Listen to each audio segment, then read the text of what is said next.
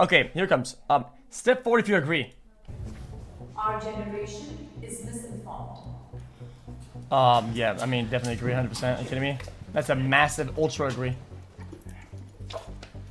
I do feel our generation is heavily misinformed sometimes because of social media. A lot of the times they just see movements as sort of a trend without looking into them, and I feel that happened so much. They'll just go with it, and I feel like a lot of the times it makes it very easy for us to kind of just be tailed by the government, and I feel that we need to do Hey guys, these are teens, by the way, just letting you know. a lot better job at looking into things and really reading into things and starting to take facts over feelings. Yeah, because it's 10 times easier to just look at something and accept it as truth than to go and do your research and find counterclaims or something that aligns with that. Because if you're just sitting there like scrolling through TikTok and somebody says that this is happening, I mean, like, who's gonna? It's not really Educate yourself. Yeah. I strongly agree with both of you guys. You know, I think the reason why I was hesitant about walking over is even though I agree that our generation is misinformed, that doesn't mean that older generations aren't also misinformed, especially, you know, in the form of, for like Gen X and the baby boomers. That makes whatever. sense. Cable news in particular. Not a you bad have answer, to be millions honest. of Americans now who are tuning in every night to see Tucker Carlson spread misinformation. I don't want to pick on him in particular, but he's an example. Social media is just another example of what's been going on for generations and generations of people, just with all due respect, being too lazy to do their own research Tucker and just Carlson. believing what other people tell them. Jesus, that Yeah, guy, so man. I completely agree with you guys. But That I guy's also wanted to absolutely add unhinged. that as a generation, we don't have good examples of politicians and how they disagree and agree anymore. When my parents were younger, they used to watch the politicians in the Senate and the House have like great lively Don't get about debates this. and I was what come the to other a guys say. conclusion in the researched because of points that he made to me. I would find myself transition. I don't care. Next.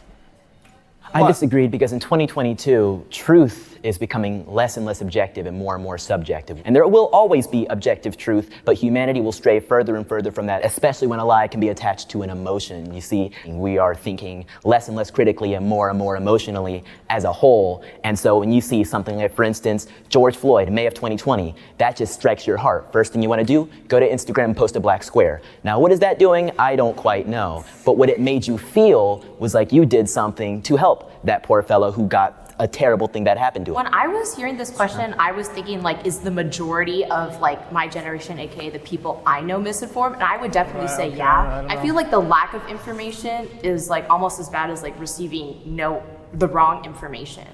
I want to touch up on something you said. I think it is true that social media did change the way we receive Chat, information. you can get mad for this all you want, okay? Most of the time, I don't partake in like social movements, like at all, ever, like any of them, okay? Jeez, I don't pick and choose. I'm ignorant. I don't watch the news. I don't know what's happening. So I partake in nothing, which I don't think I'm bad for it. I mean, yeah, I get it. I have a voice. I have a platform, but I just don't partake in anything. I just don't do it. Whether that is misinformation or the truth, but people have gotten mad for that. I don't give a shit. I don't fuck them. That doesn't make us Morons. misinformed because of that. Obviously, like, yes, you have social media, it's so much easier to get information, but I don't think because we have social media that automatically makes you misinformed. I'm sorry, I was trying not to Thank scare you. you. Did you want a drink? Yeah, please. Pepsi, no, Coke or like Coke Sprite? or Sprite. I'll get a Sprite if you can, if there's Sprite? one. Okay. Thank you. Oh man. Chat, stop.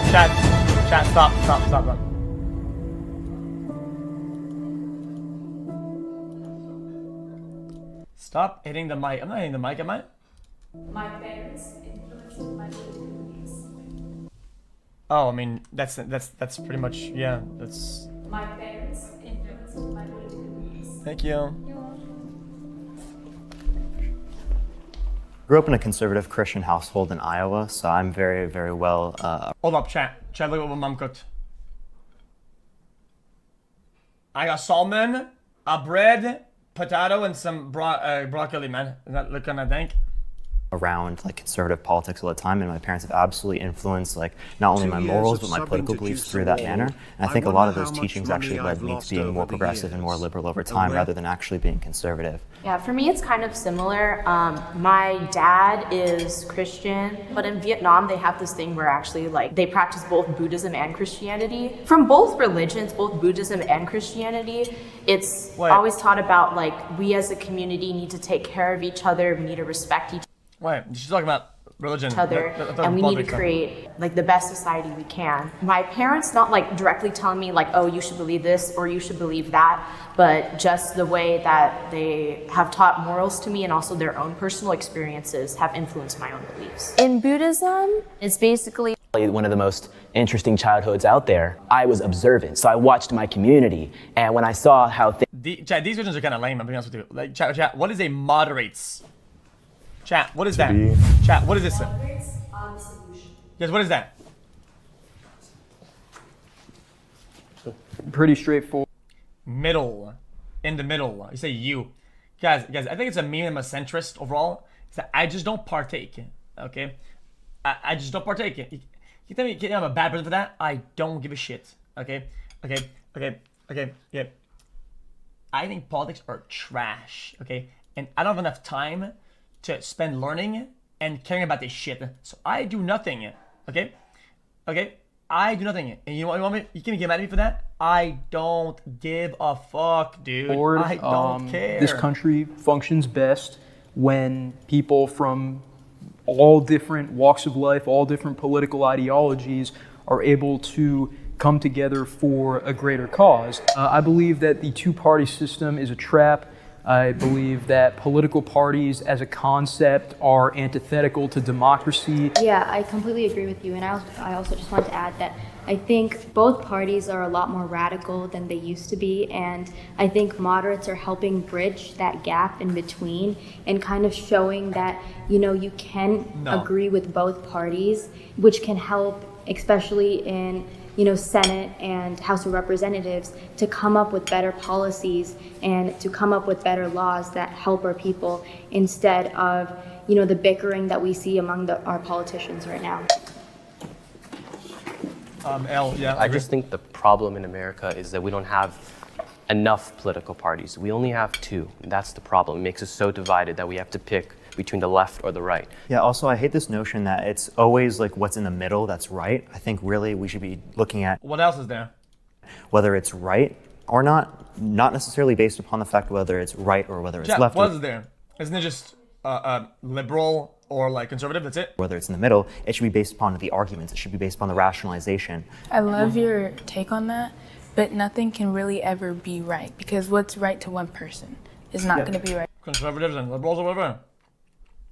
To the next. I mean, you can look ideologically at both, and I can say, well, this is this, and this is this, but who's to say which is correct? Which is why the problem of parties, I think, can't really be solved by breaking the binary. It's something that is ingrained into us as humans to be team members, to be competitive. Competition is what we are, even when it comes to representing ourselves, leading ourselves, and attempting to better ourselves. So having more teams isn't going to fix that. Well, why not just... In Canada, I think we have NDP, which isn't bad. Is NDP bad? I feel like it's not. Eliminate the political party just to achieve, the ability of people to cooperate with each other, because George Washington warned of Don't care about this political partisanship. Neither Trump or Biden are good presidents. Wow. We're not going to have any progress. All right, I just want to say this one. Neither Trump nor Biden were good presidents.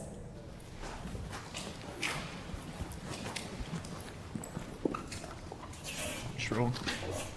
My family benefited from a lot of President Trump's policies, but basically what I felt was that a president needs to be presidential. And for President Biden, I just think that personally, he's too old to be president. I do think there needs to be a cutoff limit when someone can be president. Yeah, young people are heavily unrepresented within our country. The average age of an American That should be one of the most dumbest take I have ever seen.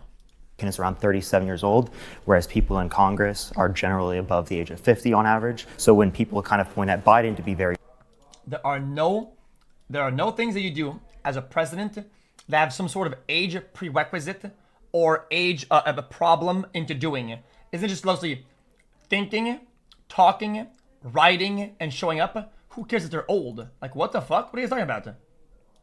Like, what? Very old. Trump's also extremely old too, so if we want to put some type of age limit on that side, I think that they're both way too old to be president, and obviously we need a lot more representation for younger people. Neither of them seem to have been particularly popular.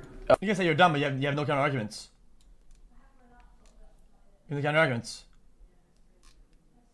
What's the counter argument? If you don't have a problem like medically or whatever the fuck, or you don't have things that affect your thoughts that are like problems or mental illnesses or whatever that would make it bad, you're chilling. One of you see, I was people say it's a bad thing, but old people are smarter. The ignorance. I mean, chat is just not. Chat doesn't get what. Fuck. Things have been bad. I'm gonna give you a fucking 20 minutes. You're a dumbass. Shut up, bitch. I mean, you guys are not even giving arguments. Zero cognitive response and Biden can't think or talk. You lose touch with the current generation.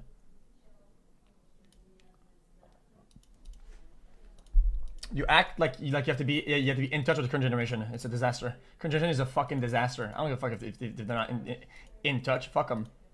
Even within their own parties. Everybody's fucking brain dead. What the fuck would we listen? I wouldn't listen to myself.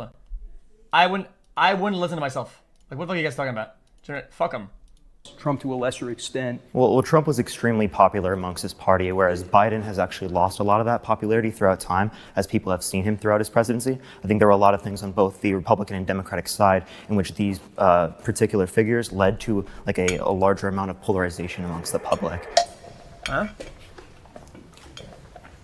I don't like Trump because of a lot of the racist things that he has said. And if you're out making jokes about, oh, I'm going to build a wall, and even if it was serious, that's not something to joke about, and it seems like it's very targeted towards one specific group. Joe Biden has a much stricter racist history than Donald Trump ever has, and in my opinion, ever will have. During the 2019 presidential cycle, Joe Biden said, if you even think about voting for anybody other than me, you ain't black. And when I learned about the atrocities that the Democrat Party had done, not just to the world and to America, but to my race specifically, it told me something that I could never, in my opinion, be a Democrat, and it would take a lot to even vote for one. And on top of that, back in the 80s, he was responsible for, as he said, wrote the dang bill, the Clinton crime bill, which was responsible for throwing a lot of people that look like us in prison. This guy is weird. I mean, within your statement, you didn't necessarily acknowledge any of the racist history in relation to Trump as well. So if we're only going to put eyes on like either Trump or Biden, I see that not necessarily to be like the most consistent framework for looking at this. Of course, and I understand why you say that, but she didn't actually provide any examples of a history. She provided a media mismanagement of what he said in 2015/16, talking about immigration. But every time Trump tries to talk about this, they call him a racist and a xenophobe. I come from a family that is of immigrants. My grandparents don't speak English, and they are from Mexico. And a lot of the time people were bashing Trump for that being a racist thing. He's trying to keep them out, but he's only trying to keep the criminal individuals such as, drug lords or people sending drugs to our country. At the same time, though, it's sort of like disingenuous to say that, How can you have a good, okay. This is my take, it may be bad. How can you have a good president? How can you have the best possible president, right, in the current system and how it works to get there? How is it even possible? Literally, how is it possible to get an actual very good, to get the most qualified with how pay to win and stupid it is? You can't. The immigration policies are just keeping the bad people out, because at the same time, it's almost impossible for most people to emigrate to the United States legally. Let that sink in. Let that sink in, okay? Again, this is nothing against Trump or any party. Politics, I don't give a fuck about them, okay? Hold on, this is a question. Let that sink in. Let that sink in. Out of probably crazy amount of people, candidates, people that went to school, people that have degrees, people that know shit, people that are qualified or could be qualified. Out of all people, okay,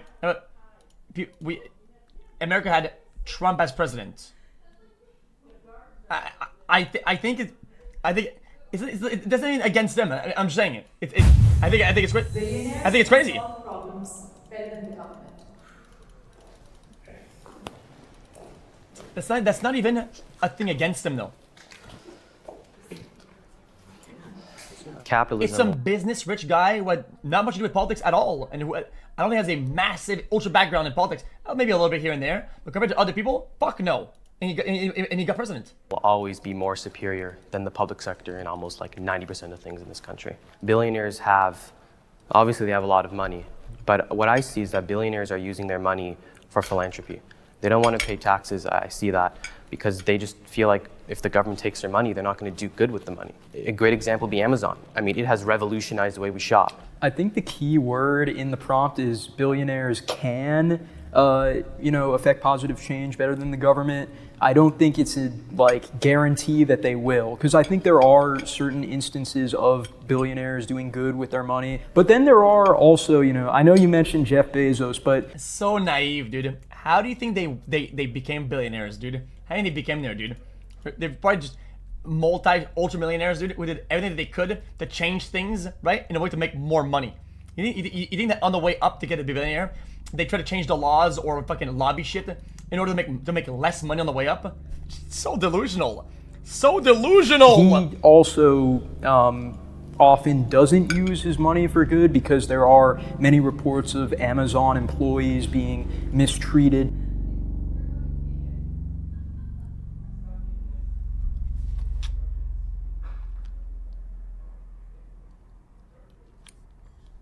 Helicopter above me? Denied breaks and, issues where it's like, come on, you have all that money. Do you need so much more from cutting corners like that? These billionaires can do fantastic things, but I also understand that government regulations, taxes, and various other things occupy their time. I don't believe billionaires should be heavily taxed. I believe the tax cuts we had in 2018 were some of the best things we saw for our economy. I completely would agree with you that we shouldn't be taxing billionaires at such a high rate. If you tax billionaires, they would respond by increasing the prices of goods and services. I think the reason why everything is so expensive is inflation. But in the past, when inflation was low, there were times where things were very expensive. And that is because of the fact that we have high corporate tax rates in some states. Well, so I respectfully Who do these guys think make the laws and change things? You think did you guys think that the politicians just wake up one day, right, and say, I'm gonna change the world and make this law? Fuck no. Everything's lobbied out the wazoo. Companies pay for this shit. Who do you think funds the campaigns of the people that get in these positions? The motherfucking companies that these benefits. What the fuck? These people are delusional. Disagree They're with delusional. The idea that taxing billionaires, or specifically leaving billionaires untaxed, is beneficial to the American economy, because the most prosperous era for the American economy was the 1950s, the post-war economic miracle. That was when billionaires were being taxed at a rate of 90%. And this isn't socialism or anything. This was Who buys a product? You. But that's how it works. It's capitalism. You don't have any other choice. You buy whatever's best for you. And that's what you should always do. You buy the best product you can afford at the best price, and you're probably fueling some corporate fucking dogshit greed that also pays for fucking laws to be changed that are probably bad for you. Okay, that's just how the system is. What are you gonna do about it? You gonna cry? Under American capitalism, under a Republican president, Dwight Eisenhower. And this was right after a fantastic, I hate to say fantastic war, but it was a fantastic war for us in which we got so much American pride, and that Republican president, Dwight D. Eisenhower, then utilized that money that he taxed from those billionaires to create a great system, which is the interstate system, which is a fantastic thing that connects our country. But unfortunately, the government isn't really investing money. The guy said, what? After a fantastic, I hate to say fantastic war, but it was a fantastic war for us in which after American capitalism under a Republican president, Dwight Eisenhower. And this was right after a fantastic, I hate to say fantastic war, but it was a fantastic war for us in which we got so much American pride, and that Republican president, Dwight D. Eisenhower, then utilized that money that he taxed from those billionaires to create a great system, which is the interstate system, which is a fantastic thing that connects our country. But unfortunately, the government isn't really investing money in things like that anymore. It's investing money in weird programs and things that the average American isn't going to benefit from. So billionaires do have a lot of money and a lot of influence in order to do good with America. Here's the correct answer. Billionaires can solve the problems. Billionaires can solve the problems better than the government. Answer is no. Billionaires are I think a lot of them, okay, are causing the problems. Economy, but nowhere near the ability of the government. We're talking about billions of dollars. The government has access to trillions of dollars on a federal scale, like yearly speaking. Yeah, in some circumstances, like Mark Cuban, they absolutely can do those things. It doesn't anywhere near compare to the level of access of healthcare that they do have in these other countries. And it doesn't compare to the damage that will happen to the average American when the government decides to pull trillions of dollars out of nowhere. Don't say it like me. Guys, I mean, as a billionaire, people that have companies and shit. Billionaires that are from a company, a business, a corporate, because they do things that benefit their company, that fucks the system. As an individual, I have no power in any of this shit. You think I write checks to fucking dumbass people in suits? Fuck no, I don't give a shit. Dude. Because we have to remind ourselves the government makes nothing. The government takes from every single citizen standing in this room that pays taxes each and every day, including state governments and federal governments. They start throwing trillions at random things like, I don't know, healthcare for everybody, which can work for a country that's the size of maybe South Carolina, but will not work for the size of our country. Yeah, I would say that's because our government actually like mismanages the money comparative to other nations. We spend a lot in terms of our per capita on healthcare, like more than other countries, yet they actually have better. Hold up. Here's a good take. Let's say you have an oil company, okay? And you do things to make money, like you dig up oil or something like that, right? And you're destroying, right? Like dozens of billions of dollars of things around it, right? When you made like $1 trillion off of oil, and you go like, guys, I'm gonna be part of the solution. I'm putting $20 billion in helping the environment, my brother. You're solving an infinitely small part of the problem you're actively causing. Not in the past, that you are still causing. You're not helping shit. You're not doing anything. Our health outcomes, and they cover like, people. what the So I fuck? do think there are lots of things that the United States could do better comparative to other countries. And we can learn a lot more from those other countries. And yet we don't do that because of this idea of American exceptionalism. When you were talking about like how it's much easier to like manage like a country that's smaller, that's completely true. Like whatever the national government doesn't really affect me. And that's why like for me, I'm a very strong participant. I don't care. What did I say? Supreme Court's out of touch. Well, no shit. Out of touch. Useless. They're all old and shit. Of course out of touch. What? The Supreme Court is full of older people. Yeah, that's it. That's just yes. I'm hopeful about the future of this country. Oh, hell nah. My future in this country. Fuck no.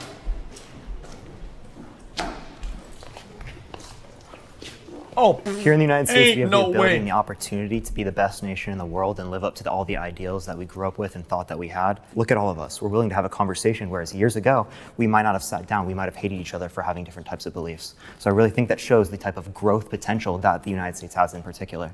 I personally think I have a great future in this country, especially being a woman, because I can sit here and wear what I want, say what I want, and have just as many rights and equal facilities as you do, as in other countries. That's not awarded to all women or even all people. And I feel that Delusional. Idealist.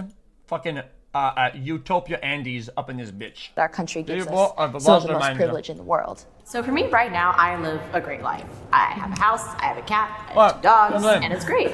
But I feel like That's me. things could always be better, you know? And I think that's what I like about this country. About what you said about everything.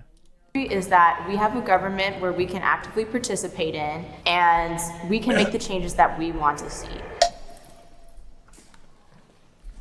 I think that Unless you have money and you're loaded and you're going hard, that's just kind of irrelevant. I am very scared for my future. I grew up too. Money is the only thing that matters. It's a capitalistic system. Money is the only thing that matters. It's the most pay-to-win thing. Dude, okay, let me put this in a way you can understand this, okay? If the politics and real life, this is something that Rifle taught me, okay? If politics or real life was a video game, with how pay-to-win these things are, not a singular person would play the game. Nobody. Nobody would ever log in. It'd be the most boring ass trash game out there. It'd be dog shit. That's how bad it would be. That's just how it is. 2 hours away from a Ku Klux Klan headquarters, if that tells you anything about where I grew up. There's probably less than the amount of fingers I have on my hands of people of color in my school. There was a lot of racial heat that I got growing up, and it forced me to grow up a lot faster than I thought that I'd have to. If you look up Harrison, Arkansas, it's known as one of the most racist cities in America, and you can see, if you're on TikTok and you see, we visited the most racist city in America, that's gonna be Harrison, Arkansas. My mother is white, but whenever my mom would drive through Harrison when we were going somewhere, she would put a blanket over my crib while we were in that city just because she felt unsafe for me. And whenever I hosted the Black Lives Matter protest, a lot of members from that Ku Klux Klan organization in Harrison were making groups saying that they were gonna come up and harass us and harm us. And it's a very scary thing because you read about the Ku Klux Klan in history books. It's a very different thing to hear them personally tweeting out to you that they are gonna come and that they're gonna harm you. As much as our country is growing, I'm also not going to invalidate the fact that there is a lot of issues that are still stemmed very deep in a lot of people's brains that are still being acted out upon and causing me to feel uncomfortable to live in my country. As a Black woman, I just feel like being anywhere in the world, it's not just America. There will always be somebody who does not like a person of color, and there will always... I'm best with you. I think we're straying away from the question. I'm going to go next.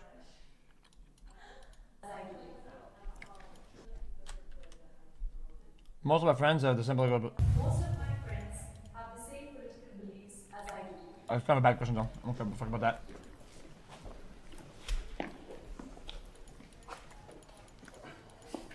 I came from a very conservative and Republican. My answer is no, and I don't care about it. It's not a conversation. It's never a problem. Whether they think about these political things doesn't affect anybody. If you care about this shit, you're a fucking moron. City and state in Arkansas, and I grew up around a lot of people who did not have the same beliefs as me at all. And a lot of the people that I would try to keep in my circle who did have different beliefs were blasting me on private stories and stuff like that and making me feel like I was dumb. It's really hard for me to make friends that are from the liberal side, as immediately they hear or even see my political views or even my religion, they immediately try to shut me down. They send me death threats. They put stuff in my bag saying they're gonna kill me. They've poured paint in my bag and shaken it up. When COVID happened and things were starting to shut down and the incident with George Floyd happened, everybody started looking through everyone's profiles, their family's profiles, especially when these protests were going on. And there was a picture of my dad and my family, all of us together, and he was wearing a Trump shirt. I was getting a lot of death threats, a lot of encouraging me to commit suicide, threatening to do unspeakable things to me and my family, threatening to find my address and hurt them. I could, in fact, say almost all of them were liberals. It makes it really, really hard because the minute that you're different from them, at least in my experience, they shut you down immediately. So I just kind of close myself off and I stay friends with the people that are going to respect me and respect my views. When I came out publicly as a conservative in 2018, it was probably one of the hardest years I've ever went through. At my school, having my opinions while looking like I did was a non-starter. I received so many obviously negative messages. They called me some terrible things, which I don't even think I can say on here. Bro, this chat's in full chat war. Holy. All the phrases that you've heard, get thrown at Black conservatives simply for having their ideas and make it look like I'm. Guys, I don't give a fuck what party it's for. I don't give a shit, okay? I don't give a fuck what party that the message is from. If you wear fucking clothing with political statements, that is like some fucking sub-zero glacial IQ shit. I think it's so stupid. What a dumb shit to do. I'm sorry, man. That's my thing, man. Some sort of slave simply for having my opinions, making it seem like I can't think for myself because I am Black, not understanding that they're perpetuating the exact same racism that they think they're fighting against by calling me those words. I'm from Thousand Oaks, California. And I've met people who are like pretty hardcore conservatives. I feel like all of us, my friends, when we come and have these discussions, we all just want what's best for this country. And of course, we all have our own ideas of how to achieve that. But in the end, we want a world that's everyone can benefit from. And of course, unless you are able to discuss with other people your different opinions with things, and talk about the reasons why you believe certain ways, you can't make any progress with our country. I strongly agree. And so personally, I'm from New Jersey. You can probably figure out I have a predominantly left-leaning friend group. I really actually enjoyed the video, to be honest. Because it's. I think I skipped properly through I feel like it. at the end of the day, you shouldn't be exclusively talking about politics with the people you're friends with. Especially, it's concerning to me that, based on recent studies, a growing plurality of Americans simply refuse to be friends with. This guy tries a bit too hard to like put strong words in his dialogue. I feel like because that doesn't achieve anything. A growing plurality of Americans simply refuse to be friends with people who are of different political affiliations from them. That, if anything, says very concerning things about our country. Especially because, that... You're not gonna say says you, okay? I could say all this that he said. If I ever said all this, I'd say some bullshit. And then, boom, that's it. I talked about everything he said. Boom, done. Instantly.